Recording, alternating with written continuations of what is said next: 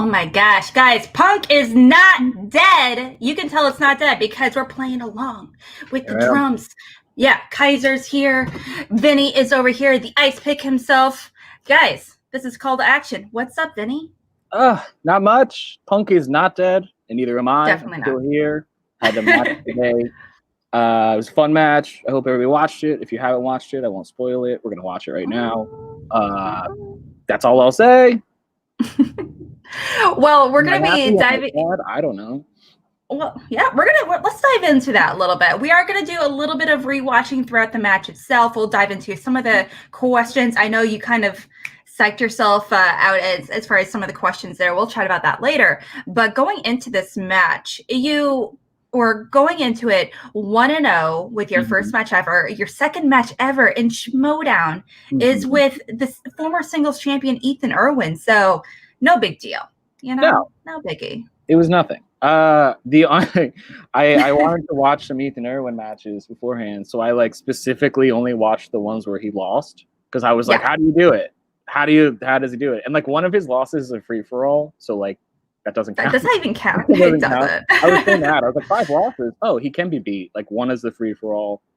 And Draco beat him just because the last question was an animated question. So I don't know if this is spoiling anything, but I put Pixar and Disney on the wheel just to be for this wheel. Yeah, for this wheel. So I could be like, maybe he'll land on it. That would be amazing. But yeah, I feel like because of the way the Schmodown is, we're all playing characters. People were like, "Oh, this guy should be more worried for Ethan," and I was like, "I am," but I'm not just gonna be like, "Yeah, I'm gonna lose." I didn't ever want to project this idea that I was gonna lose. I have to be as confident as possible. So I was hoping for the best case scenario. I was like, this dude is unstoppable. He's probably one of, if not the best of all time. So I got to hope for the best. But I'm not going to say that in public. Of course not. I'm not going to be like, oh man, I hope he just misses all the questions. So yeah, that was my preparation, was just being optimistic. Absolutely. My preparation was crossing my fingers. Schmodown, I say this all the time when it comes to Schmodown. When it comes to competitors, just like any sport, a good 80-90% is psychological. Actually, going into it where you're psyching yourself up for the match, who you're going up against, or sometimes you're just battling your own anxiety, things like that, psyching yourself out, things like that. Again, just like any sport.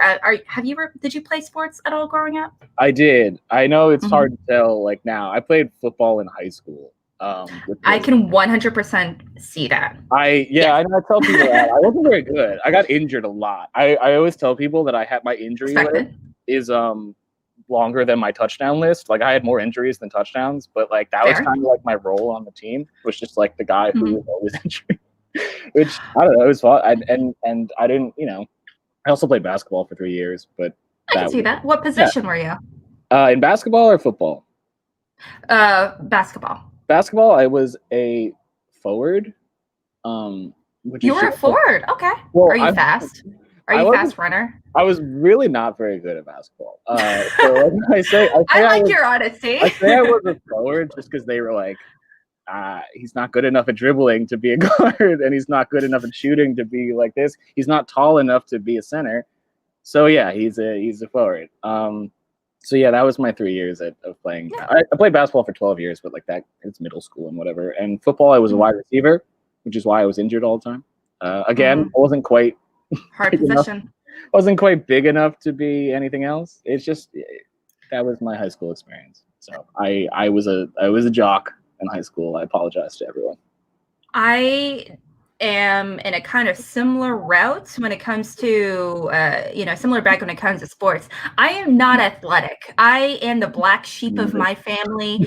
Both my parents had full ride scholarships, athletic scholarships. My mom was offered a volleyball, but she turned it down to do something with academics. My dad went to full ride for baseball. Everyone in my dad's family, all 7 siblings, had athletic scholarships because it's 7 siblings. Just if you're not going to college if you're not going without a scholarship, you're shit out of luck. At that time. But anyway, But it sounds like overall you're comfortable like working, preparing under pressure mentality wise, but also it sounds like you're a little competitive by nature. Is that right or no? Am I getting the wrong vibe?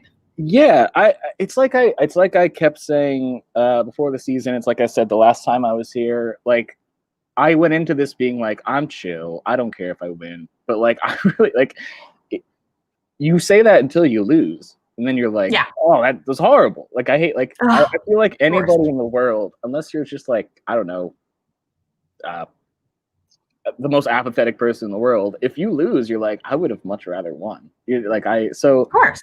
And when it's on this stage and there's like people watching and like especially in the live matches, there are like actually people watching you, it's like I would have much rather won. So I think the more games I play, the more I would rather win them. So like I think every match I've had, I've prepared for more. Because I'm like, okay, this one I definitely want to win. And then I won the play-in match. And I'm like, well, would have been a huge upset. So I definitely got to study. So I think just the more I go on, the more seriously I take it. I'm still trying to keep it from becoming like very serious. I'm doing my best to be like the second it becomes homework, the second I feel like I'm going back to school is when I'll stop. But absolutely, it's a different process for every competitor, every manager, and every champion. And sometimes, especially when it comes to any sport, traditional and non-traditional sports, obviously, a lot of it comes down to, and I know this happened with my brother when he played baseball in college. He just got to a point, he played at Clemson, he played baseball. And he just got to a point where it just wasn't fun for him anymore. And he's like, I'm done. The pressure is too much.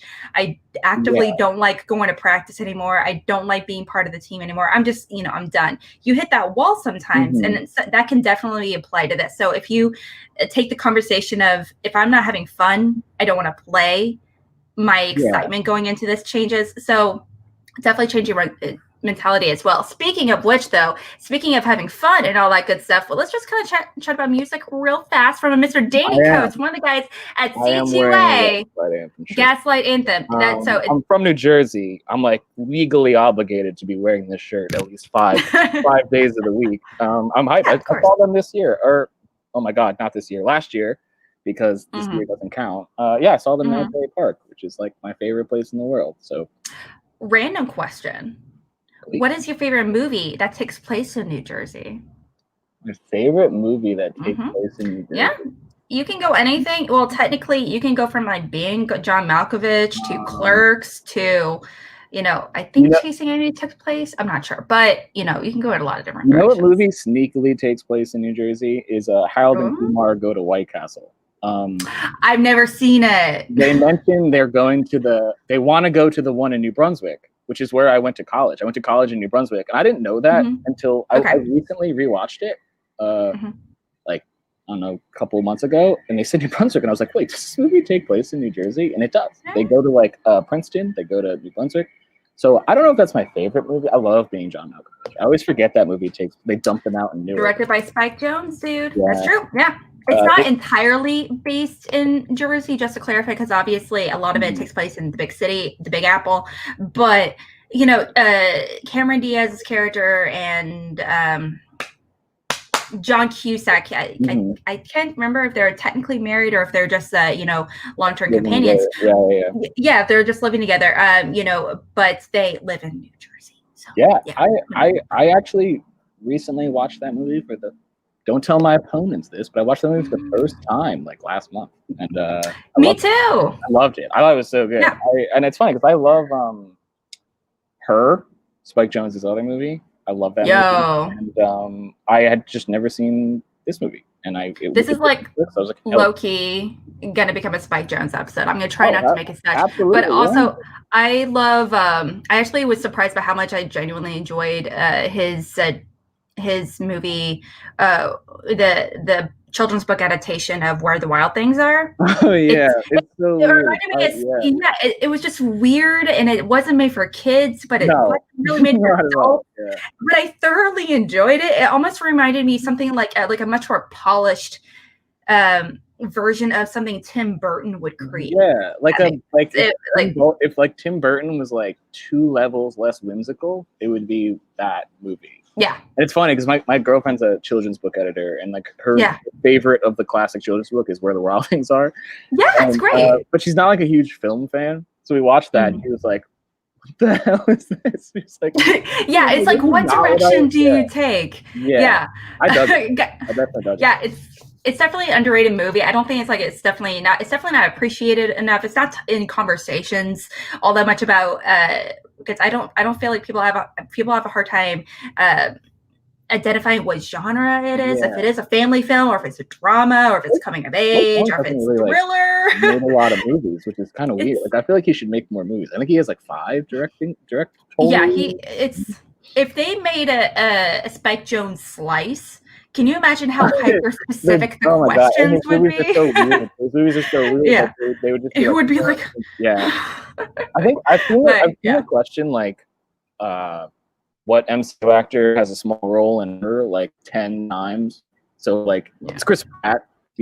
I think that question pops up all the time, and it's like a classic Schmodown question where like, if you've never seen the movie, idea. If you've seen the movie, you're like, I bet you that's a question. It's just one of those things that's like, it just lends itself to a question. It's like he's just like casually in the background with like 2 lines for the entire movie. He's watching things. He's in like 3 scenes. It was before he hadn't really. I think he was like training for Guardians of the Galaxy. Guardians, that makes sense. He had lost some weight, but he wasn't quite like jacked. But he wasn't quite like, he was in like his in between period, and he just randomly did a Spike Jonze movie. I like how that's like, he still looks to me jacked. Yeah, like he looks healthy. He looks strong. He looks like but no, you can't be MC Jack unless you count like 15 abs. There's like real person Jack, which is like healthy, and then there's MCU Jack, which is like inhuman. You're just like, that's not. Yeah. Like, you haven't eaten a carb in like 10 months. That's actually something he said. He's like, how did I lose all this weight? I just cried and haven't eaten carb in like 5 years. You know, a lot of tears. I lost the only way I could do it is if they were paying me MCU money. So I guess I understand. Yeah. Well, that's how I know MCU movies in particular are definitely like sci-fi fantasy, not because of the aliens or other worlds or anything. I know because there's like 15 abs per person. Yeah, that's not what human beings. That is not what a human being has ever looked like in their entire life. Yeah, it's Kumail Nanjiani. That dude, he released that picture from Eternals where he's just like. I'm like, dude, you're beautiful regardless. He's such a cool, awesome like guy, and he was already attractive. Guys, I am so sorry. We barely talked about Schmodown at all. We're talking about this episode of Spike Jonze Jack. I don't know how we went down this thing. I don't even know what day of the year it is, or exactly what day of the year it is. I don't know exactly that. That's a 2020 in a nutshell. Have I played Erwin yet? Is there even a match to show? Well, I don't know. Let's find out, actually. Guys, we're going to jump into this match. Obviously, Ethan Erwin is coming hot off of his win against, John Roca. However, he did lose to Dan Murrell not too long ago. So he's entering in this tournament, with definitely some steam coming off him. So like we said earlier, I know you said you're not trying not to let it get to you, but at the end of the day, you are human, but you're just trying to work through it. So I am human, and Ethan Erwin is not. It's kind of like old Kumail fighting new Kumail. Like, it's just like, I think I'm pretty good, but he is at another level. You're not kidding. Thing is, I stand by it though. Kumail he was always attractive. Yeah. Like, I don't know who looked at Kumail and be like, not cute enough. You need to lose like 30 pounds. What? He's already like a super attractive guy. I don't know what's going up. Anyway, but I mean, as long as you're healthy, that's what I'm here for. So. Please don't. We'll stop talking about Shiani's new body thing, I promise. Yes. But also, do we have to? I mean, come on. I mean, it'll come up at least 3 more times. That is a guarantee. Please, absolutely. So, that's my little behind the scenes. That's my parents' spare room. where they keep all Fiddler their on the Roof action. That is it? I feel like I'm doing it wrong. That's a Fiddler on the Roof poster. My dad is a I feel like I'm doing it wrong. theater. Am I doing this right? I don't know. Question number one in the realm of There we go. Sorry. But yeah, that's just like that's my I'm trying to dad's. get the top part off, but We don't need to see Christian. We don't. Yeah, I that's don't my dad's Fiddler on the Roof poster. That's their spare That's so garbage cute. room.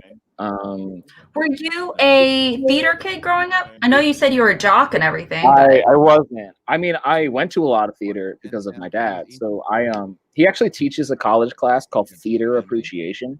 So I was literally like raised to appreciate theater. So like, yeah, I've been to a lot of plays. I never did it. I my only theatrical thing was I played Troy Bolton in a 8th grade production of High School Musical. And that was my one and only thing. I retired on top. Obviously. So this is what else is there? Very exciting. This thing that's about to happen in this match. No spoilers. My one thing was like, I feel like if I ever am up on this man, I'll be good. And he didn't get it like immediately, and I was like, I got it. I won. Like right here, I was just like, I did it. I won the match. Like, I'm beating Ethan Erwin. Yeah, like, Ethan. As soon as he said he didn't have it, I was like, I did it. I won. I won the match. But there's so much more match to go. Yeah, well, first rounders are always meant to be a very surface level. This one, for example, is Frances McDormand, obviously. Very, when it comes to the first rounders, they're always, very surface level, very easy. Also, a lot of them are very recent, very popular movies, obviously. However, there is like a random 2 or 3 pointer thrown in there. Yeah. Like, it's about to happen. It's about to happen. I'm pretty sure we're about to get a 5 pointer. It is also every movie in like the genre is always suggestive. This one I'm kind of really mad I got wrong. I was talking to Adam. I was talking to Adam Witt before. LA Noir, no, LA Confidential. LA Confidential, yeah. I was talking to Adam Witt. I was talking to Adam Witt before the match about Once Upon a Time in America. And as soon as they said crime, for some reason, that was the only movie that was like, I couldn't get it out of my head. I was just like, there is no other crime movie other than Once Upon a Time in America. I definitely. And I was like, I know that was like an 80s movie. It's not even close. I do think that Marty Scorsese has almost exclusively directed period dramas, and romance. I should have gotten this one. This one is such a bummer, and I would have still been up. It wouldn't have been tied. It would have been a big confidence booster. Yeah, that's just wrong. That's like about as wrong as an answer could possibly be. Yeah, well, you're human. It's all good. And the thing is, okay, so, but you go with your gut, though. If I outthought myself. And okay, so this question plays the brother, a mute space alien that crashed. I've never heard of this movie. And I feel like, and this is I love. First of all, it's a great question. It's just really hard. I have 1984. So I wrote down Ciaran Hinds, the voice of Steppenwolf. Just as that makes sense. Shot in the dark. That's a great guess. I was like, maybe you never know. I've talked to PJ about how much I love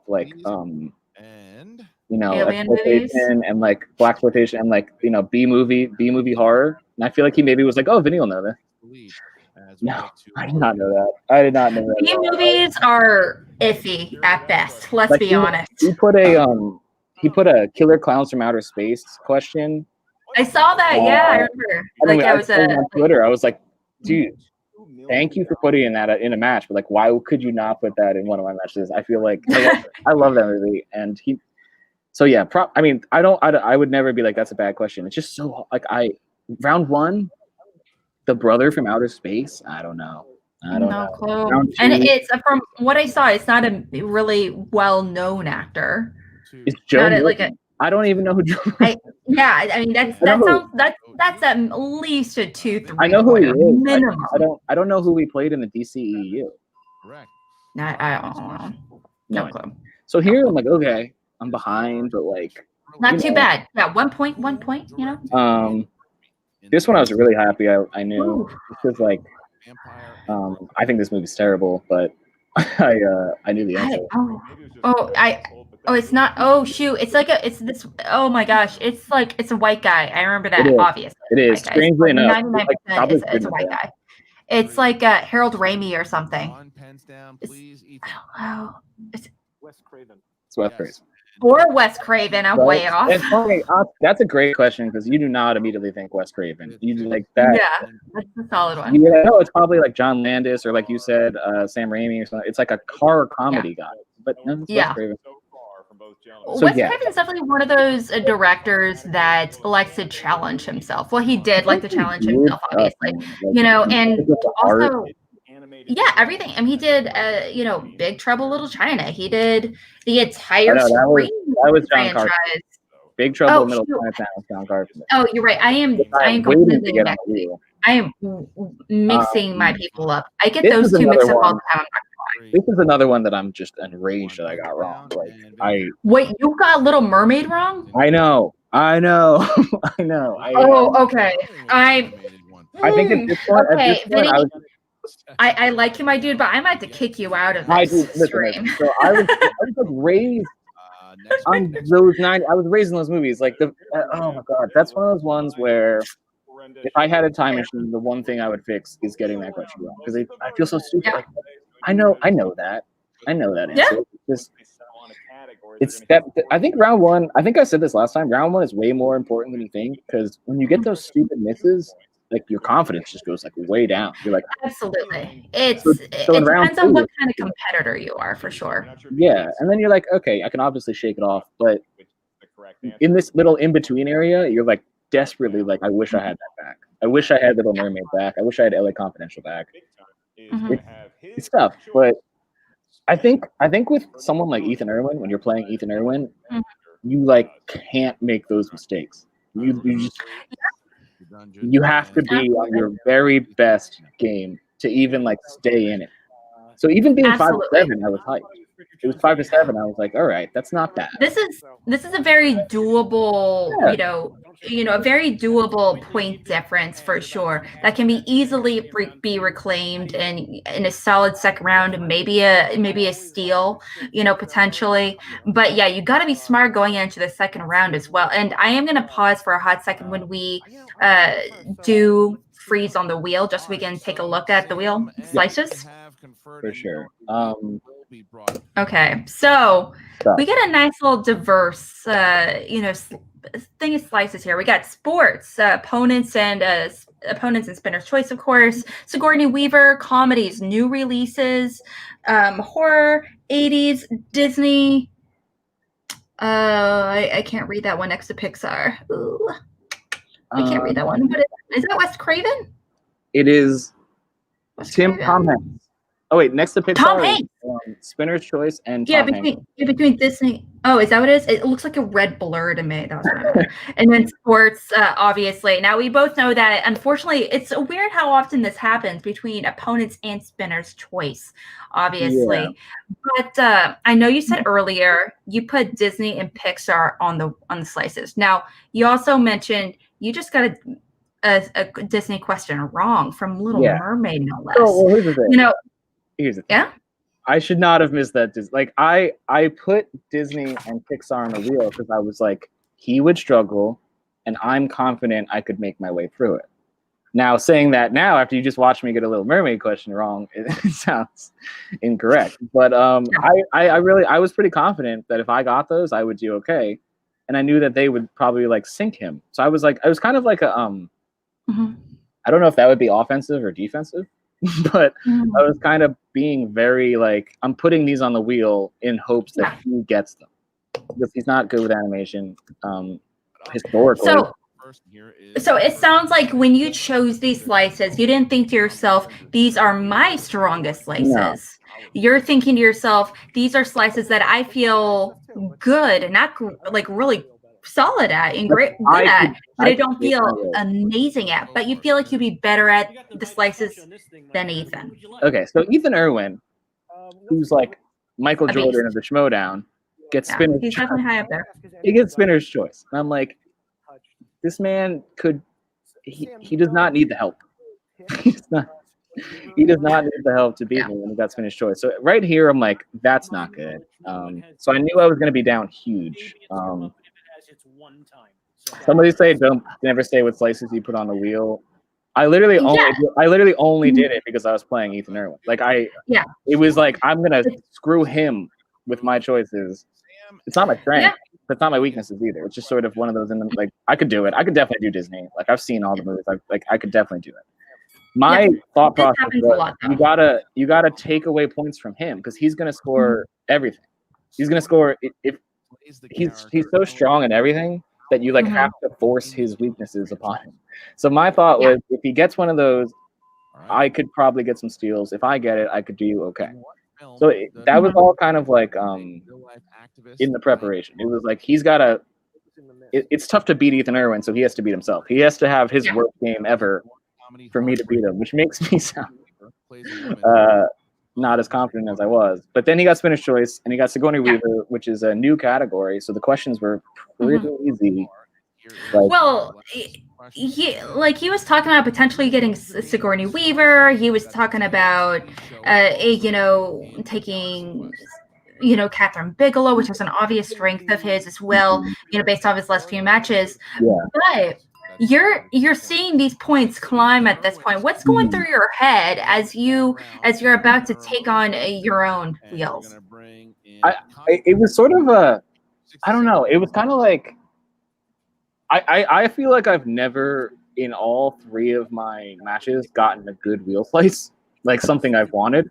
So it was sort of like at this point I was like, I'm not worried because like if I get a wheel slice, I know, or if I'm good at, I know I can come back. Like I'm confident enough like in my abilities to do this thing that I was like 10 points isn't insurmountable because I know I can go 4 for 4 like he did if I get the right category. Absolutely. So I was like, I'm not gonna panic at all until I see what I get. So that's fair. That's incredibly fair. Because for all you know, I mean, like you could get a complete strength of yours. Exactly. And like, I do have a few strengths in that. Again, I'm not gonna say what they are. I'm not asking. But I have strengths on there, and I was like, if I get one, I'll come right back. 8 points, I'll be down by 2. Whatever. Not even hard. Because like I don't think round 2 is insurmountable at all. Like you can get screwed by it. But I again, Kaiser was like, finally somebody listened to me spin again. And then I got opponent's choice, which is like all right, so now we're gonna bring he got spinners, I got opponents. I feel like I'm already playing Michael Jordan. Imagine showing up to play Michael Jordan. They're like, you also have to play Michael Jordan with one hand behind your back. Like it's like I didn't. I knew I was in for like an insurmountable climb, but then the game itself was like, let's make it as hard as possible. Let's make it as hard as humanly possible. Play dribble the ball with your feet. Yeah, exactly. Yeah, you can't use your hands.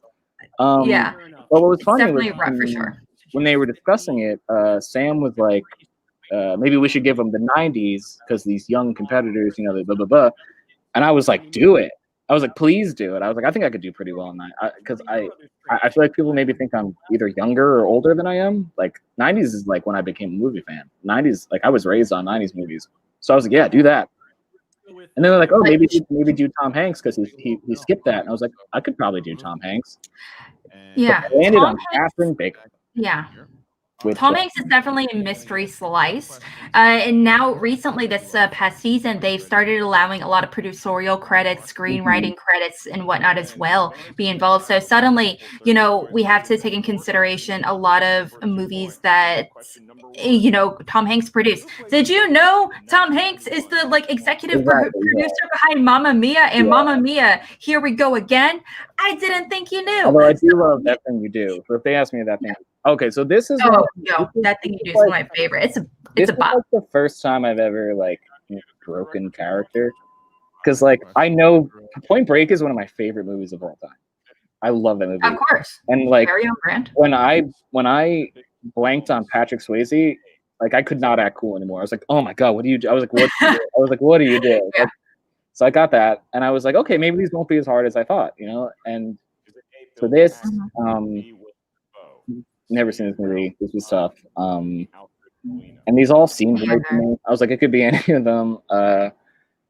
Yeah, it's just Catherine Bigelow is one of those directors where I love all the movies that everyone does. You know, like I Near Dark and K-19 the Widowmaker and 13 Hours. Oh wait, no, Michael Bay did that one. Entirely. Point Break, like I said, Point Break's one of my favorite movies of all time. But she's one of those people who's done just so many movies that if they really want to dig deep, they can. So this is one of those things where I'm like, I consider myself a fan of Catherine Bigelow, but I don't know this question. It's crazy. It's crazy when you get a wheel slice of someone, you're like, oh, I'm a fan of that person. I'll get all these questions, but like, wait, I've never heard of that movie. This is tough. Yeah.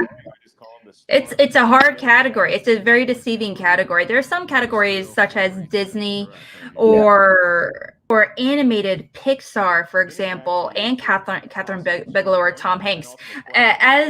As a 90s baby, I'm like, man, I remember growing up with a bunch of Tom Hanks movies, you know, Forrest Gump and Philadelphia and That Thing You Do. I remember a bunch of those movies. Absolutely. I would ace it. But then you forget he's made like 75 movies. He's directed like 10 movies. He's written screenplays for 6 movies. And I'm not even going to go into how many movies he's produced. Actors gotta keep working. There's so absolutely. You gotta make that money. Absolutely. But the thing is, you know, there's so much to a lot of these actors and directors that we don't realize that they're involved. I don't even want to go into how Spielberg has low-key become the artist slice on the wheel after involving producerial credits. And I feel like he doesn't even. I think Steven Spielberg wouldn't do well on the Steven Spielberg slice because he's like, I don't remember producing that. I don't remember. I have no idea. What was the first Oscar for Best Director I was nominated for? I don't know. Yeah, exactly. What was the first time I won an Oscar for best picture? I don't know. So this again, I knew that I could get knocked out if I went for 2. And man, I've seen Zero Dark 30, but like that movie is just like a series of like that movie is like everyone in it is only in it except for Jessica Chastain. Like besides the main character of the movie, everyone's only in it for like 2 weeks. So the question was about a senior officer, and I was like, oh, J.K. Simmons, because he's the oldest person here. But I forgot that Mark Strong is like an ageless being. Like Mark Strong has. That's true. Mark Strong hasn't aged since he first appeared in whatever, I think Guy Ritchie movie or whatever he first popped up in. He hasn't aged. So J.K. Simmons and Mark Strong are probably like similar ages. But yeah, I heard senior. I heard J.K. Simmons, and I was like, oh, that's the right answer. That's incredibly true. Mark Strong is just, I mean, again, if we're going to talk about beautiful people in Hollywood, Mark Strong is definitely in the conversation. He's like very alien beautiful because he's like completely smooth. Like he doesn't have any hair on him. Yeah. He looks like the epitome of cocoa butter. Yes. Like he's just like I not to be creepy, but I just want to touch his skin because it looks so smooth. And I say this as an esthetician where it's my job to touch people's skin. Just want to point that out there. It's my job, okay, professionally speaking. But he looks so nice. Yeah, like whatever he does, whatever his skincare routine, his hair care routine, Mark Strong, keep doing it. Keep doing it. Also, he's also just such a chill dude. He's so cool. He's so nice behind the scenes. Oh, I have Ben Rayner, what's up, my dude? I think that movie, although it stars Tom Hanks, because I think this was posted like during our Tom Hanks conversation, but it was directed by Ron Howard. So you know, he is in it though. He is in it though. I haven't seen that movie in a long time. That's a good movie. If they'd asked me about that, I probably would have gotten something right. But never seen it. But Catherine Bigelow's not involved in that movie, so why would they ask me? But yeah, so here, this is a tough game. It's a tough game to rewatch too. It's just a constant uphill climb. Like I was winning at one point, and then it was just like for a hot second you were on a high. Yeah, exactly. And then I just crashed. It was like immediate too. Like he got up and then he never stopped. So it's just I don't know. I'm kind of bummed about it because all I wanted to do was like put up a good fight, and it in that first round, I was like, okay, sick, like we're doing it. And then those 2 wheel slice happens, and I was just like, I just like felt the game getting away from me, which is such a bad feeling.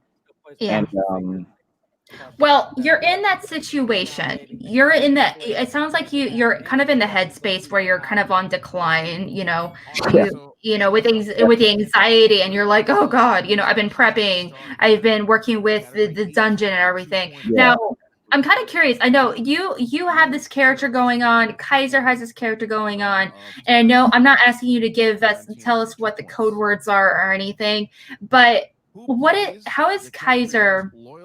Oh yeah, I'm sorry for the little thingy button. But how is Kaiser in that moment? Is he able to really recognize how you're really feeling and recognize like it kind of help reel you in at that time? Like, what is he doing to help you as manager? I think the most misunderstood thing about Kaiser is because he tries to put on such a show that he's a bad manager, but all his work comes in pre-match, behind the scenes. Like he's a great manager in preparation sense. Like he gets me there, and then we both know that we're going to put on a show during the match. So it's not like, I don't know. His strength isn't pep talks. His strength is like making sure that I'm confident going into the match. So I know that he's not going to do like a crazy, halftime speech for me to get me pumped up. His like strength as a manager is making me feel like I belong, making me feel like confident pre-match, doing pre-match drills, doing mock matches and stuff like that. Like Kaiser puts in hours of work pre-match. Like and that goes unseen. So people are like, oh, he didn't give him a big pep talk, he's a bad manager. It's like, no, Kaiser is a great manager, but he understands the showmanship. So I just lost. That's a bummer. But yeah, that's Kaiser's strength as a manager, is really like getting me to the match in the right head state. And I appreciate that more than anything because this is my first season. So what I need more than anything is to not feel like I'm going to get blown out from minute 1. You know what I mean? So it's just Kaiser is my hype man weeks up until the match happens. He's texting me, he's like send me questions. Adam Witt is the same way. He'll just randomly send me questions, and so I think that they're both of them, their strength as managers, because Adam Witt did manage me to a win at least once. Their strength as managers is really just like getting me there, and then during the match we're doing our dungeon thing, and I understand that. But absolutely. But yeah, what you just saw was so okay. So I mentioned this to you that I want to talk about this because it's so embarrassing. During the pre-match, I made fun of Ethan Erwin. I said he probably has never even seen Frozen. And when I said it, I was like, it was a good line because they asked what ice character I am. I said I'm Elsa from Frozen, which Ethan Erwin probably hasn't even seen. I was like, good burn, great burn, you're killing it. And then the match ends on me getting a question wrong about Frozen. I wasn't going to bring it up. Dramatic irony at its finest. Listen, as a fan of storytelling, I love it. I love when things come full circle. But as a person, as a human being, I completely understand the irony of the situation. It's very embarrassing. As soon as they said Frozen, I was like, oh, that's such a bummer because I said that thing about him never seeing Frozen. But for the record, how many people have seen Frozen a million times and still don't know the director's names? Definitely not. I've seen Frozen. Come on. Everyone's seen Frozen.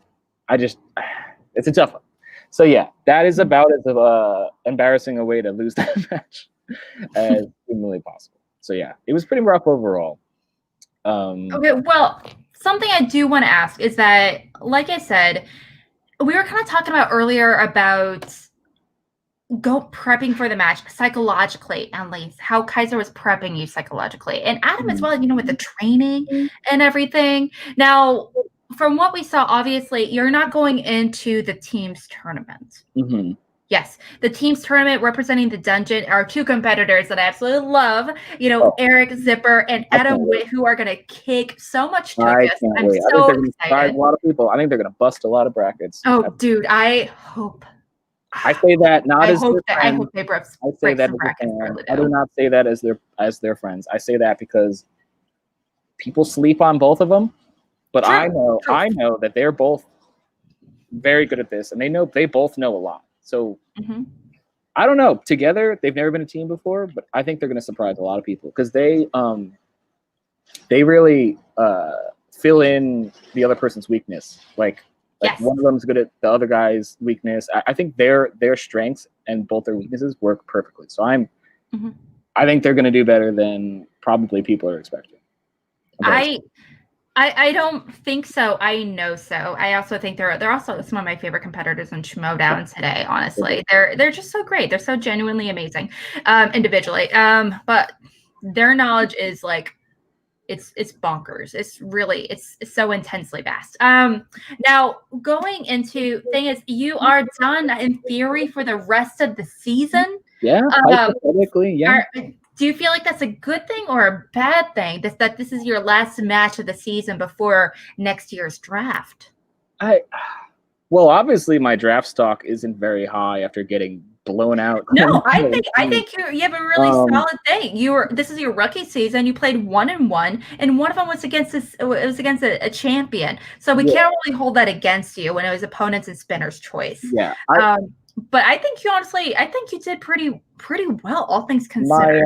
My thoughts are pretty complicated in the matter because I've gone all year thinking like this is so annoying that I'm not getting matches because of the pandemic, which is way worse. That's way more serious than not getting to play movie trivia. I wish that wasn't happening for much different reasons. But I was just like, it's frustrating to watch, these matches happening and being like, I know that I could be a contender if the year was normal and I was getting the right amount of matches. And then it completely shifted and suddenly I had 2 matches back to back within like 2 weeks. And suddenly, I was back in it. And now just as quickly, I'm done. So it was very, I don't know, it's been jarring. And I think the positive of it is that I have more time between seasons to take it as seriously as I should have been the whole time. Like, I think the most serious I've been about it is during the singles tournament. And now that that's over, I have all this time to take it seriously. So when I come back next year, I think that I'm going to be like, it's so annoying to be like, I'm going to be a contender next year. Cause it's like, of course I'm going to say that, but I think what you saw this year was like me at my middling best. And next year I'm actually going to take it seriously and we'll see that. I think honestly, just reaffirming everything we said earlier, but sometimes Schmodown, from what I've been told, and obviously this is obviously a weird year for Schmodown in general, having to do a lot of adjustments, obviously. But this is definitely one of the hardest years to be a rookie. Yeah. Obviously. Yeah, it's absolutely the hardest season in Schmodown history to be a rookie. So many changes have been made. So many new competitors. Competitors are going into Schmodown for the first time with a mindset, I want to win. I actively want to win. Not only that, I actually actively want to really do well and study. Actually compete. I don't want to be like the best rookie. Yeah. I want to be title matches. I want to be compete. Like, I feel like there's this. But also, in order to be like the best competitor, you also have to be the best rookie. So But anyway. I'm just saying that I feel like there's this weird perception from fans and stuff that like rookies, there's like no chance they could do anything good just because they're rookies. But like technically, like no, they got in for a reason, and like there's no reason why they can't beat someone who's been doing this for the whole time. It's just because somebody's a rookie, they're automatically underdog. But we've seen people come in and been just as good. I just think that it's a mindset that is it's hard to say this as someone who just got like destroyed by Ethan Erwin, but yeah, it is something. Yes, what that guy just said. I want to be the very best, which is not. I don't think you said it right though. I want to be the very. I want to be the very best Which is that no one ever was. I almost said which is from a Disney movie, It's embarrassing, but it's not. It's from Pokemon. I know that. I told you. I was raised in the '90s. I know what the Pokemon theme is. Yeah, exactly. So you remember Ash Ketchum? People were like, "You're pretty good for a rookie trainer," and he was like, I'm pretty good." Excuse me. Excuse me. I'm the best trainer out of everyone. I think that everyone should have the same mindset as Ash Ketchum. That's okay. Well, I want to know from you. Oh, sorry. Thank you, Frozen.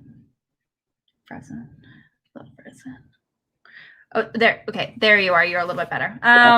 Okay, so, oh yeah, you were like frozen there for a hot minute, but you're back, thankfully. Why does Frozen keep coming up? I don't know. I just dance if someone's frozen.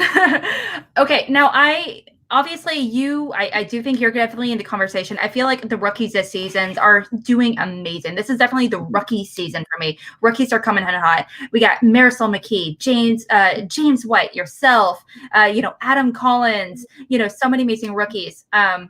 But also people returning to Schmodown after being away for so long. Perry Nemiroff, for example, Frank Moran.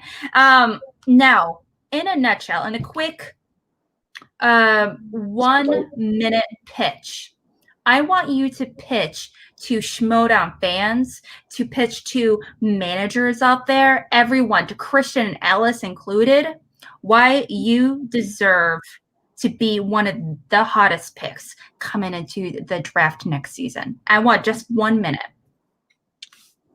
1 minute pitch. That's a tall order. No, it's not. It's easy. It's easy because I've watched a lot of rookies come in. I've watched a lot of rookies go. I know I can win. Like, I know that I can win. I've proven I can win. And I've proven I have the knowledge. But I've also proven that I'm not boring. I'm not just like a person who came in. Like, I'm a rookie now and a player then who will not only like get wins, but like make people like action. I feel like out of all the rookies, I think I stand out because I'm not just, I mentioned this in my promo, I was like, I'm not just a guy in a t-shirt who's like, oh, I'm so happy to be here. I think that I understand the Schmodown on every level as opposed to just like, I'm good at trivia. You know what I mean? So like, I know the game, I know the showmanship, I know the rules, which is harder than it sounds, and I know the trivia. So I think that I might not have the best record, I might not be the most hyped or anything like that, but in my mind, I am the most well-rounded rookie that there is this season. And that comes with being confident, and that's another thing that a lot of these rookies don't have. Like I said, because they're rookies, they just assume they're going to lose. And I'm trying not to slip into a promo here. I'm not John Roca. I don't like talk in promo speak. It's just like, I don't know. I think that I bring more to a faction than just like, oh, he's, he has promise. I think that I fit right into the Schmodown immediately, and I can only go up from there. So that is my pitch. I don't know if that was a minute, but that is my pitch. It's definitely a little bit longer than a minute, but I am so here for every little bit for sure. You guys, everyone here in the chat, thanks so much for hanging out with us. Any final questions you have for the future, one of the future best competitors within Schmodown? Obviously, if you have any questions, drop them in a Streamlab, drop them in a super chat, or just like let us know in the chat. We just like chatting. Let's be honest. So we're only be around for a few more minutes. Yeah, we're just going to be wrapping it up here at C2 Way. And I think it's pretty solid. I do think that you are also one of those competitors. I feel like you mesh really well with the dungeon. I would love to see you continue with the dungeon.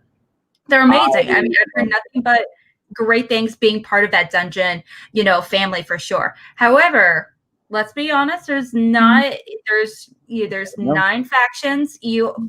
There's a lot of other managers out there, and you might not get picked first or second round. Let's be honest. So, honestly speaking, if they're like me on the spot a lot. Okay, It's okay if it's not comfortable. Okay, scratch that. What are some? Totally. Let me rephrase. I can rephrase though. Okay. What are some managers that you admire right now? Managers I admire. I am a big fan of. Well, let me just preface this by saying that if I'm not on the dungeon, I will be very bummed. My number one pick. We would be bummed. What I want to do is be back on the dungeon. That is like what I want. That's going into the draft. I'm like, if I'm not on the dungeon, that would suck. But I love Shannon, and I'm really a big fan of how at one point it was like the dungeon and corruption are just in the basement, and now they are up top. Like that's incredible, and I feel like a lot of that is down to. I feel like Shannon and Kaiser are more similar than they would ever admit, but their big thing is like making their players feel like winners no matter what the situation is. Like absolutely, their faction could be in last place and they're like, you're still a champion. Like we're not done yet. So I'm a big fan of corruption. Okay, and that's it. Good to know. All the other ones can go screw for all for all I'm concerned. You guys heard it here. All the other managers in those factions can go screw. Yeah, we only have time for one or two other questions, guys. If you have any questions or anything along those lines, please just let us know. And now, Vinny, I have to know real quickly. We were talking. I want to talk back about Spike Jonze just a little bit more. Just a little bit more. Obviously, because this has become the Spike Jonze show. What is another book? Doesn't have to be children's book. It could be any book, any genre. Would you like to see him adapt? Well, I do have this Hitchhiker's Guide to the Galaxy tattoo, and I do not like. Oh yeah, for sure. No, don't panic. And I don't really love the adaptation we got. There are some great performances in it. I love Alan Rickman in that movie as the robot. But Bill Nye.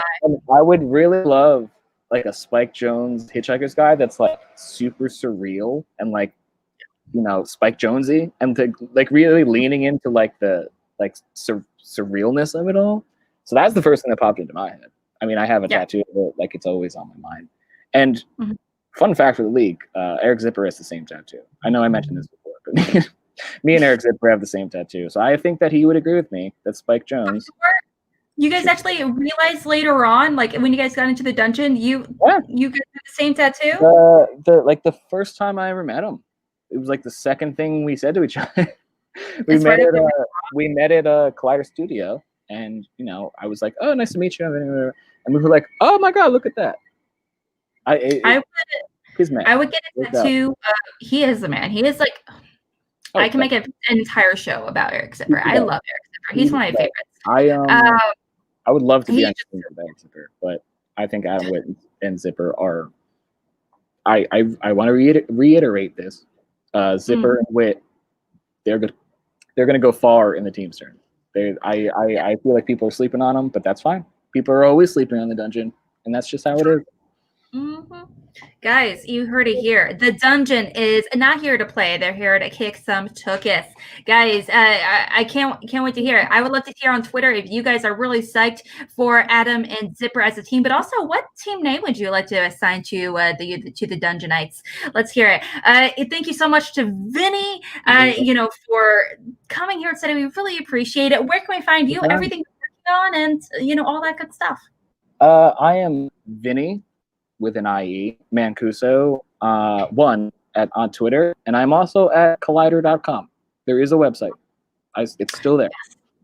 It's also has you ranked all the Batman villains from every Batman villain ever seen on television, and I was thoroughly delighted when I saw So Riddler. That would be amazing. I love that. That Riddler is by far like my favorite Batman villain. He's just so weird. Yeah, I love it. He's perfect. People need to put some respect on Jim Carrey's Riddler's name because he's amazing. Now that is just the most comic booky movie ever. It's delightful. Anyway, guys. Sorry, so again. Again, make a Batman movie. Oh my gosh! What if he wrote if he did the Long Halloween or something? I know we're already kind of getting it with something like super weird, like something super weird and like techie. I think he could do it. Oh, dude. Okay, pitching movies with Vinnie and Alex coming in hot. That's like not a bad idea for a show. Computer near you. Guys, thank you so much for hanging out with us today. I'm Alex Mack, part of the Call to Action crew. You can find me on Twitter right here at real_Alex Mack. You can also find me hosting a show with Video Drew herself, the ever lovely, where we have a show on Tuesday evenings called Cinema Bias, where we dive into movies that challenge ourselves and really break down our movie biases. Because of her, I watched my first David Fincher movie. I also watched my first Cronenberg movie with Video Drone, which was a huge mistake. Yeah, it was just classic like through though. That's classic through. It was a process, learning experience for sure with the lips and the. It's a gross movie. Anyway. But yeah, and I also host a show called Schmobates here on Call to Action. Unfortunately, we had to cancel this episode of Schmobates for this week with the rock stars, due to some tech issues. But we're definitely going to reschedule it here as soon as we can. And yeah, it's going to be a fun time. I guarantee it. So guys, thank you so much for hanging on. Please like, subscribe, and keep watching movies and keep watching Schmodown. Bye. Have a great day.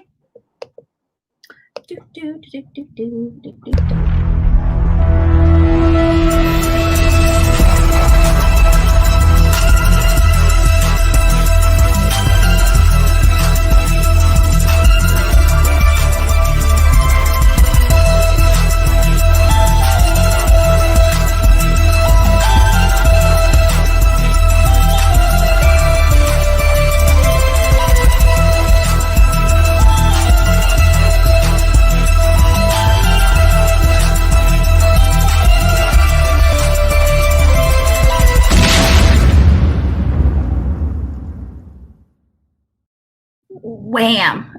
Vinnie, thank you so much for coming on. We really appreciate it. I know I asked you a little last minute, so I apologize. Totally. Honestly, anytime. I'll talk about anyone's match. It doesn't have to be my match. I know I kind of asked you earlier. What was I thinking? Would you like to co-host a practice test match with me tomorrow if you're free at 7 Central, so it would be 8 o'clock your time? A practice test is just me. I'm a manager in the fan leagues, and I have one of my teams on my faction is actually having a really big match coming up in here early next week.